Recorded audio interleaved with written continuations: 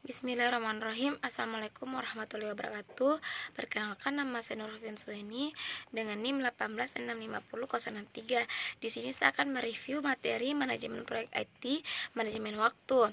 Yang pertama, tujuan memahami tahapan-tahapan yang dilakukan dalam melakukan manajemen waktu proyek, memahami input yang dibutuhkan dalam tiap tahapan serta output yang dihasilkan dari tiap tahapan, mengerti memahami cara membuat dan menganalisis atribut aktivitas, mengenal berbagai alat dapat digunakan untuk melakukan manajemen proyek, khususnya Gantt chart, Pret, CPM, mengerti penggunaan Gantt chart, Pret dalam melakukan pengendalian pelaksanaan proyek. Kemudian definisi.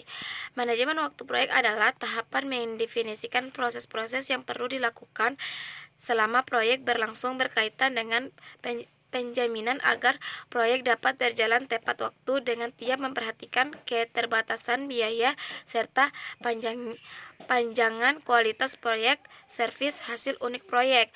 Metode diagram balok, bar chart, dan analisis jaringan kerja network analisis dapat digunakan untuk menyajikan perencanaan dan pengendalian khususnya jadwal kegiatan proyek secara sistem dan analisis. Kemudian tahapan manajemen waktu proyek. 1. Definisi aktivitas. 2. Pengurutan aktivitas. 3. Estimasi kebutuhan aktivitas. 4. Estimasi durasi aktivitas. 5. Jadwal pembangunan jadwal.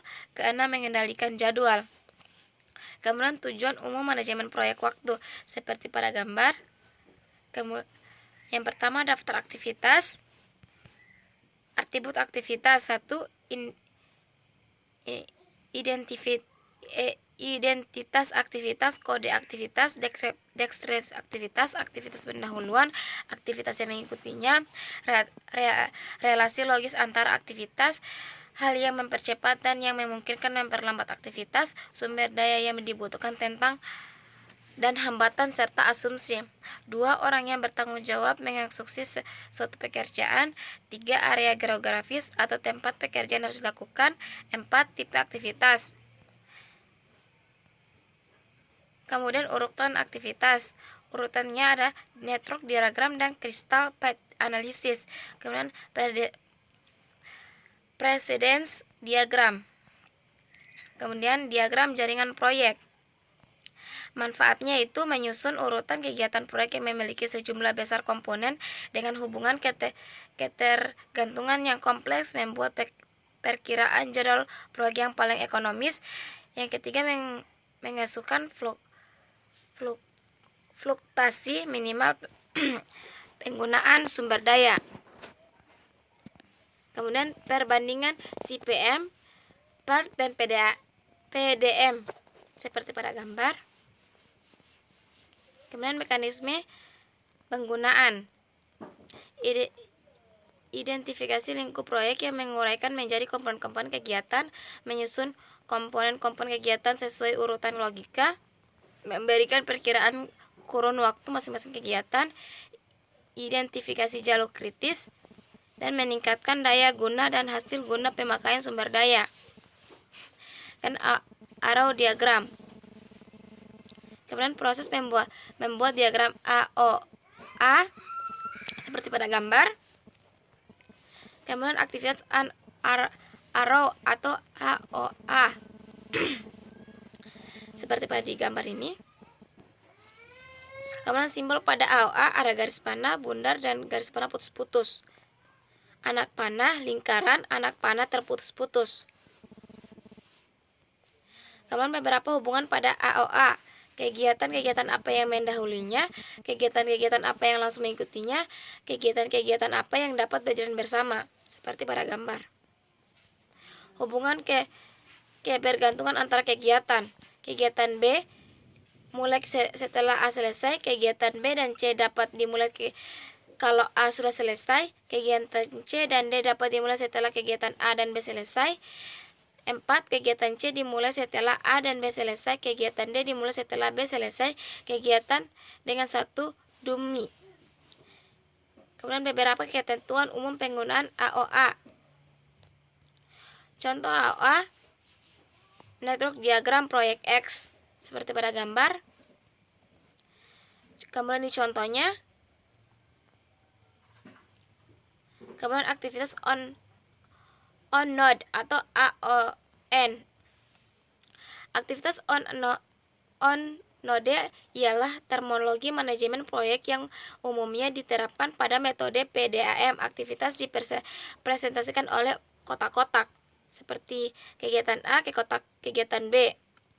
Simbol pada AON kotak pada gambar anak panah dan anak panah terputus-putus. Kemudian aturan dasar pada AON.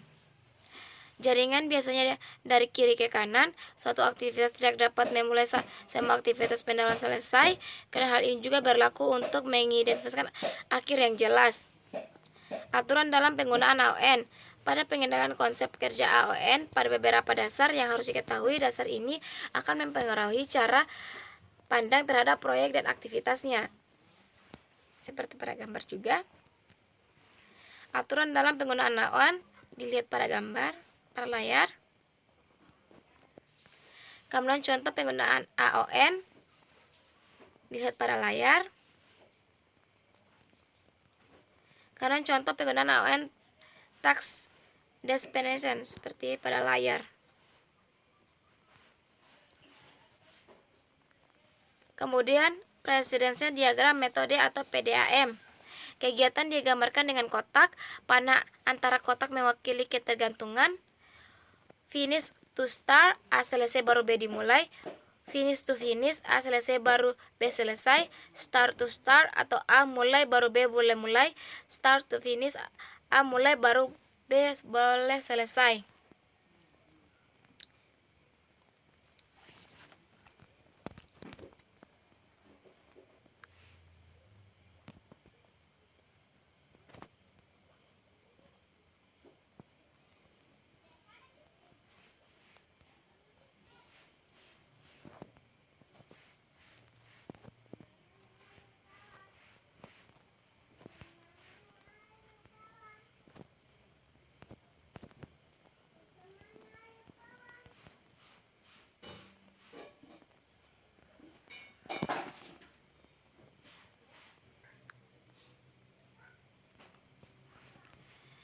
Diagram PLAT sangat bermanfaat bagi pengelolaan sebuah proyek karena menyediakan informasi berikut.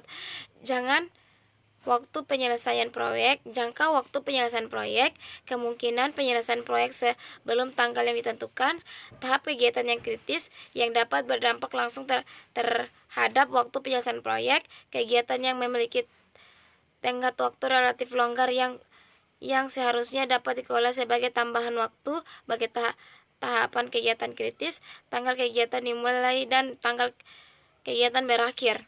Kalian formula dan contoh part.